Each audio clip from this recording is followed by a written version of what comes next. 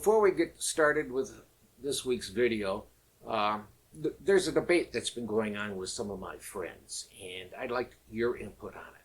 Way back in episode 88, is there a better way for sharpening with power grinders?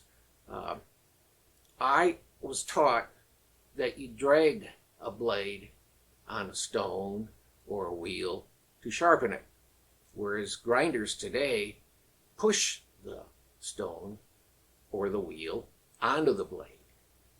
And I think that's the wrong way. And I would like your input and see which way you think a blade should be ground, whether it's dragged or whether it's pushed. So if you could catch 88, number 88, I'd sure appreciate that you would do. I'll put a link down in the comments description so that you can find that. Also, one additional thing is the reason why some of you are starting to see an additional thing on the banners of the thumbnails for the different videos is when YouTube subtracts video numbers from my videos, they should never go down. They should only stay put or go up. And that is stealing videos. So every time I catch them on it and I document it, for example, the video, why you should have the best tools, I caught them again subtracting viewership from the video. The only reason why subtracting viewership from a video is if someone hires a company to come in and put in fake views. And there are companies out there that'll do it. But they'll put in like thousands of them. Really push the views, apparent views, for a video. I don't do that. Every one of the videos that I put out, it's honest viewership. Subtract viewership from a video, I get very angry. I get very angry that they're shadow banning the channel. Yes, YouTube and I are in a feud. There's no doubt about it. And I'm not going to back away from it. I will back YouTube down. They started it, I'll finish it. They accused about 50 times, about 50 different times, and I'm estimating it. I haven't gone back and counted it. Copyright. Objections to copyright of music that I use. And I've talked about this before. I've purchased licenses for music, and the licenses, I can use it for anything I want, except I can't resell it, which is obvious. And I just can't put it up so someone can copy it. So they bully and they intimidate that, you know, three strikes this way and your channel is canceled. And I told them, fine and dandy, cancel it. There's plenty of attorneys that will go through and empty your wallet. I did this legitimately. So they came after me, and after a certain amount of time of their doing it, well, I started fighting back. And I'm also doing it for other channels. You know, there's channels out there that the family income comes from the YouTube channel. And that's how they feed their family and clothe them and the different expenses of having a household. They can't say anything because YouTube is vengeful. They will come back and they will shut that channel down so that they get no views. And they've done it to mine.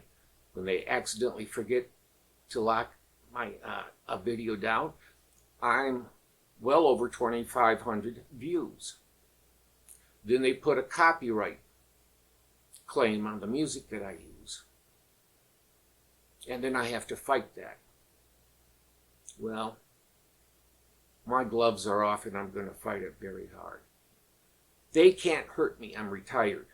these people who are using it for their income, for their families, they can't. So this is why I have always said that there should be an association like the National Association of Broadcasters, NAB, for content creators for YouTube, so that we can sit down at the table as equals and not do the bullying like YouTube does. I appreciate it, and it's very, very important that you leave a comment, such as, if you don't want to actually say anything, you can just put an asterisk there. You know, that star-shaped thing on the keyboard. Just hit that. Put that there. That demonstrates that you're supporting the channel, but you don't really have anything to say. I appreciate it. If you have a real question, put it down. I'll answer it to the best of my ability. It comes down to this. If YouTube starts behaving themselves, I'm not going to go out and attack them. It's like a country, and I won't mention any names or anything, being attacked for no reason other than for the greed of the attacking company. That's the way I see YouTube with many of their creators who create videos. They get a chip on their shoulder for some reason, and they just go after a person. And it's time that it stops. And if they don't stop, I will eventually get to the point where I will stop them. And I think I know how to do it. But that could mean a lot of people getting fired. And I don't want to see people fired. So I'm still playing it decent.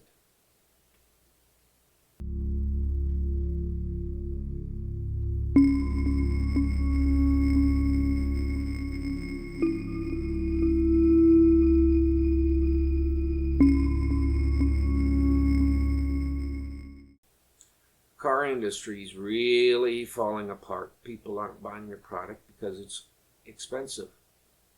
The average individual really doesn't want to spend more than $20,000 on transportation. And they expect that vehicle to last 10 years with minor things. You change a belt, maybe tires, of course oil changes and things like that. You know, scheduled maintenance. And these vehicles aren't lasting more than a few thousand miles. It's kind of humorous in a way. Could Harbor Freight clean up the problems with the auto industry? Should Harbor Freight come in and show the car companies how to make product and how to sell it? Just think, Harbor Freight started out as pretty much selling junk, let's be honest. And now they're very competitive with the commercial contractors. And they're making high quality. So they know how to do it. They know how to create sales. They know how to encourage people. And the car companies did not learn from 1968. Oh, that was when the Japanese came into the market and just rolled right over the American companies because American companies were turning out junk. And so everybody switched over to Japanese cars. So the U.S. car companies learned that if they don't make good product, American people won't buy it. And so the car companies right now are overpricing their vehicles, and they're turning out, in most instances, they're turning out junk. I'm not the one that's saying it. There's better experts out there that can say it, and I'll bring up a couple of examples. Rev up your engine!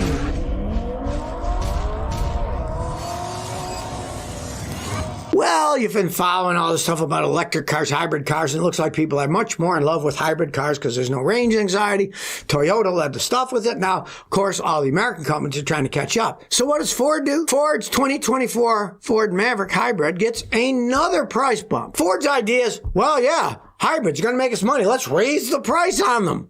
Instead of, hey, let's sell a whole bunch of them, get people happy, they just raise the price because, oh, they're popular now. They don't think long term. The 2022 Maverick Hybrid was $21,499. The base one now is $27,265, which is $5,775 more in 2 years. Out of a vehicle that's around 20 grand to begin with. That's a big jump, right? And the hilarious thing is, if you want to buy the fancy ones, the new 2025 Tremor, their fancy one, it's $7,010 more than in 2024. So the Tremor one, they're raising an additional $7,000. I guess they're popular.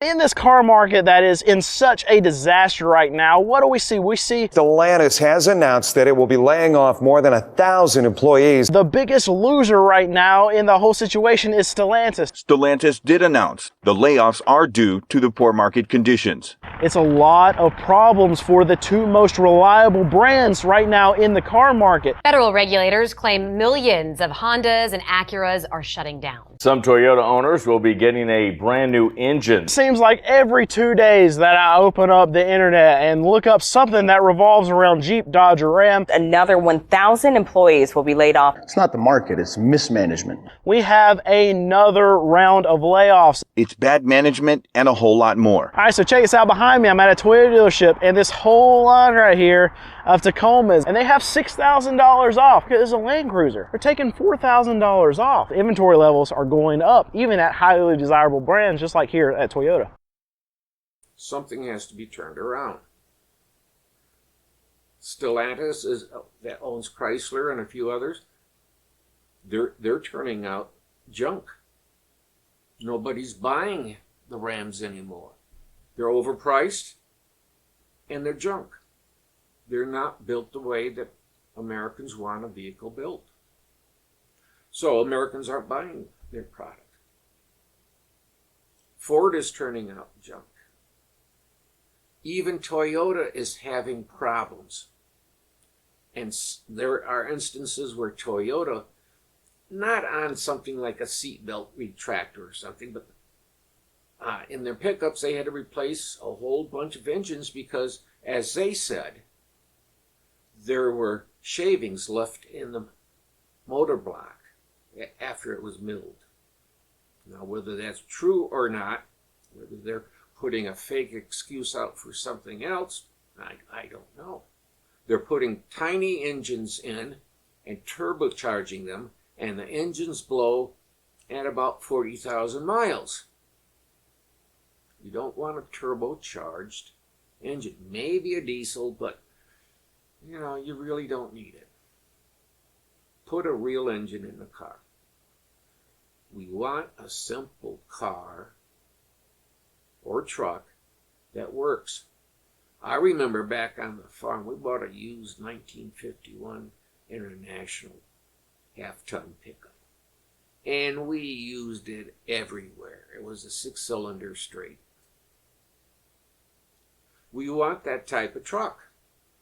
Yeah, granted, you need the big trucks too for the heavy duty. But the basic person who wants a pickup these days wants to have a 4-seater with all-wheel drive, and it's a half-ton pickup truck, pretty much like the pickup trucks of the 1960s or the 1950s, only with the newer technology on it.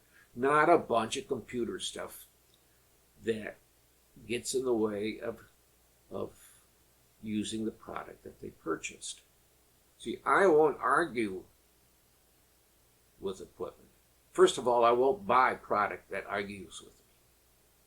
I won't buy product that is overpriced. I don't have to buy anything at my age other than a little bit of food. But there's others starting a family, they need to purchase things, and everybody's taking advantage, or most of the businesses are taking advantage of it. They have forgotten how important brand name is. There's not a brand name out there that I trust except for maybe Harbor Freight.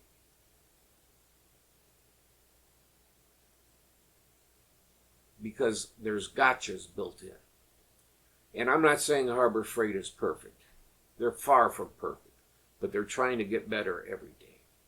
They're trying to improve their brand, build more trust into the products they sell. The car companies are going the opposite way. I mentioned earlier that I would like to see Chrysler to come back and be Chrysler USA again,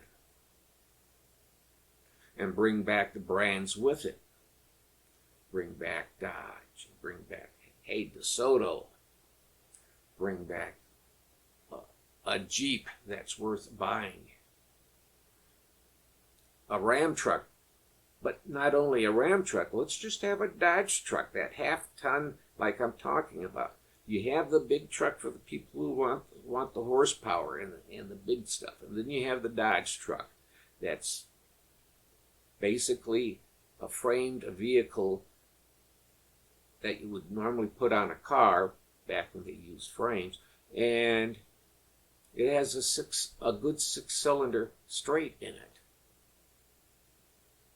I think with Mr. Trump, we're going to see some of these COLA standards roll back a little bit, because we're finding out that there's more pollution with the electric vehicles in making them, and they can never get beyond the cost of the pollution they cost in making it by using electricity. It's not saying there isn't a place for electric vehicles. I disagree with Kilmer on that. I think if made correctly, and Tesla is not making electric vehicles the way they should be. None of the car companies are. It's very simple. 4 DC reversible motors. Do you want it front drive or do you want it rear drive? Okay. If you want it basically front drive, you put a weaker horsepower set in front, and then you put a bigger horsepower DC reversible motors on the back. Use all 4 wheels to get up to speed, and then when you're up to speed and you're cruising, the bigger horsepower motors turn off, and you got a 2-wheel drive vehicle. Little computer chip, not a whole computer system that fails, but a computer chip that probably costs 50 cents when you buy it in bulk. So if anything goes wrong, it's an easy swap out. Magnetic brakes on vehicles. That way you don't wear out the brake pads, and you have a safer way of stopping a vehicle. Does it work? Yes. Those drop rides at the amusement parks use magnetic braking to stop those rides when they drop them. And it's a solid magnetic drop on it. It's not electromagnetic, because if the power goes out, they don't want that ride to be crashing down to the ground. So they have real magnets in place that will stop the ride. And they use them for salt flats, magnetic brakes, for the cars that go over the speed of sound, because you have to have a very gentle way of slowing these vehicles down. And so we get back to the car companies. And what are we seeing in the car companies? I don't think, other than maybe a Subaru, which I think are still good vehicles, they're 4-cylinder box engines. And Subaru's got it down right. A Subaru will get the job done, and it's all-wheel drive. But I don't see anything out there that I trust. I can't trust Toyota anymore because of what's going on. Does something happen every once in a while in production? Yes, it does. Should different things happen in different ways continually? In other words, first there were shavings in the motor, they say. Then there's problems with this, and then there's problems with that. And down the road, all this stuff. So how in the heck can you trust Toyota?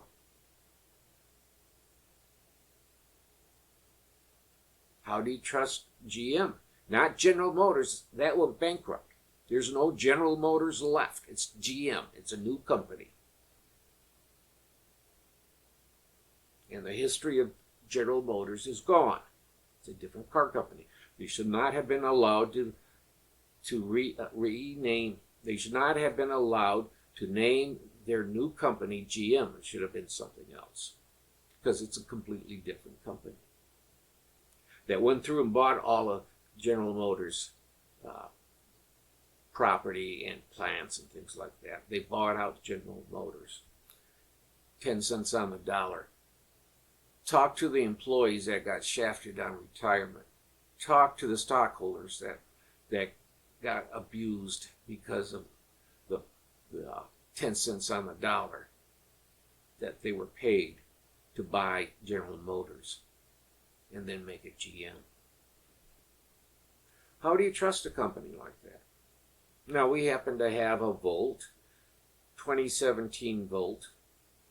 It's the hybrid. We get 50 miles of electric travel, and then it switches over to gas, and we have a 450-mile range. Now, we've been pretty lucky on that thing. It's a good little car. Not as good as a Subaru would be, but it's very adequate. And it's a heck of a lot cheaper for us to run, because we charge it with 220 or 240 volt, which means two phases coming. You're buying two phases of electric, whether you're using 110 or not. You're still buying both phases. You may only use one. So it's half the cost to charge your vehicle if you go 220. And I've got nothing wrong with an electric car built right. Locomotives work great. And Edison Truck Company up in Canada knows how to build trucks that are hybrid. They put a Cummins generator in to charge some batteries, and then it's the electric motors turn the wheels. And they have a lot of power, and they're doing a great job. So check out Edison Motors up in Canada. Be very impressive on that. So what do we want in the way of vehicles? Yes, we like to have the fancy vehicles. My dad always bought Lincoln cars. Bought them used, never bought the new ones. He could have bought a new one, but he always bought one that was 1 or 2 years old. And they did us very well. But they were not priced like they are today, even when you figure it in inflation. And they were really good cars. I'll tell you this because it happened. I didn't realize it until I was. We did a trip when I turned 16. 500 states in 2 weeks. Man, we were traveling like the sun up there. My old man popped me in the driver's seat to drive the first leg, and we started at night. And it got very foggy. I drove from our house here in mid-Michigan on our farm down to St. Louis nonstop. And most of it was foggy. So foggy, I did not realize we had crossed the Mississippi. That's how foggy it was. I could not see the bridge rails. It was that foggy. But we had good weather too. And so my dad and I would swap off driving because I was a very good driver. I would cultivate corn, and you only have 2 inches or so before you start taking out corn. So he knew I could drive very well, and I was a very good driver. I believe it was Oklahoma. They have a road with no speed limits on it back then. It was about 66, 1966. No speed limits on it. And a Lincoln Town car is a nice cruising car. They're designed to cruise real good. And there was nobody on the road. It was a bowling alley straight road for probably, 300 miles to the next town? Well, things started to vibrate just a little bit. So I thought maybe I was doing 80, 85, maybe 90. I looked down at the speedometer. I was doing 130 miles an hour, straight as a pin. That car was smooth. I didn't mention that, oops, I kind of slipped up to 100. The speedometer was pinned. And I still had more speed that I could do if I wanted to. So I backed it down to 70 miles an hour. Was a little chagrined at what happened, but the road was smooth. You could see for miles around, and that road was straight. And that's the type of car that I think that we want. And not necessarily a Lincoln Continental or town car, but we also at one time had an American Motor Rambler. That was a good little car. A lot of people had trouble with the Gremlin. I bought my first new car was a AMC Gremlin. I didn't have any problems with it. Did very well. Did my own maintenance on it. It was very good. Wasn't a fancy car, but it was a comfortable car. I wouldn't have enjoyed driving to California in it, but who knows? We don't have cars like that anymore.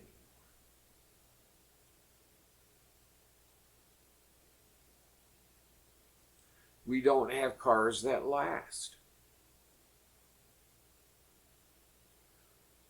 Many people, I don't know if it's up to most yet, but many people are refusing to buy a new car. They'll go back and buy a Camry with 350,000 miles on it because they know that they have another 250,000 miles if they do the regular maintenance and if the car had been maintained.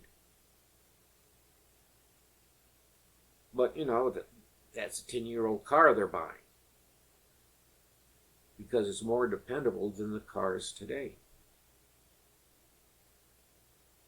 I can understand rubber or the equivalent for hoses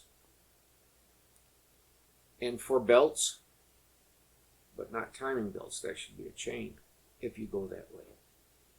Don't go turbocharge unless the engine's actually built for turbocharge, like some of the big diesels could handle turbocharge without any problem. We want real steering, not electronic steering. We can have rack and pinion steering. That's good. So you cheapen up the product, car companies, and they're sitting on the lots. People aren't buying them.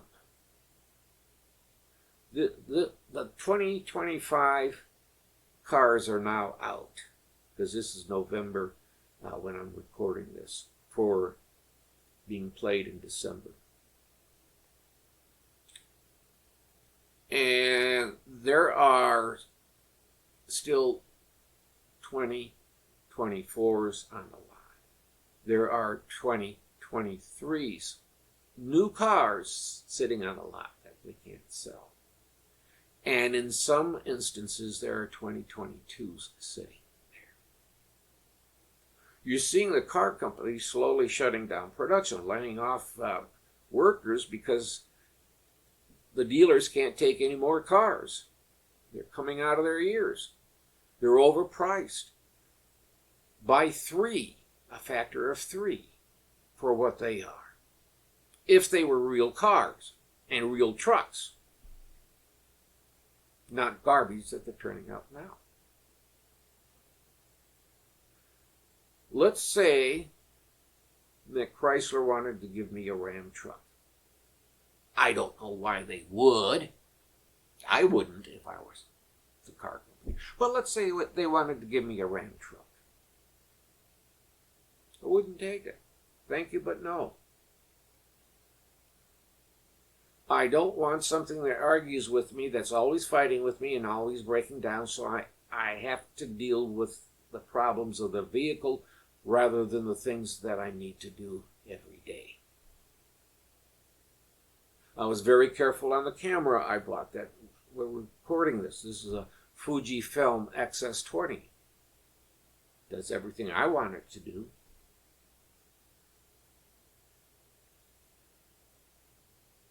So I buy things that don't argue with me and make my life easier and or better. And car companies, you're not doing that, and people aren't buying it because 2 reasons. It's garbage out there, it's junk, with a few exceptions, and it's way, way, way overpriced.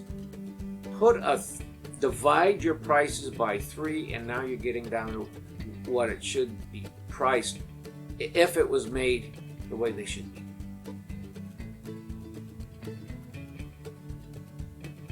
Well, I think I rambled on long enough, don't you? Let the car companies know that you're not putting up with this. All of them. And let's see if we can bring Chrysler back home. Okay? Thank you for watching. And please be safe.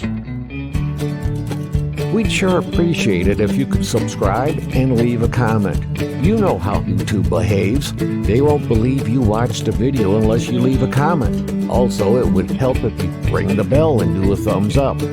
As you know, if I find a good channel, I pass it on to you. So if you think it's appropriate, it would sure help if you passed us on to your closest 10,000 friends and family. But above all, give a helping hand to someone today. It's the best gift to give. It'll make you feel good too. Don't forget to click like, subscribe, share, or ring the bell buttons on the Original Old Farmer channel.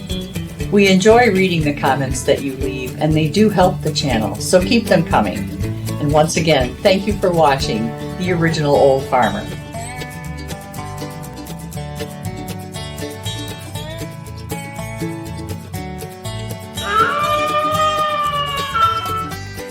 The VFW National Home for Children, providing families of veterans and active duty military opportunities for growth and development in a nurturing community. Please consider a donation to help their children and families. I.C. Rhodes speaking.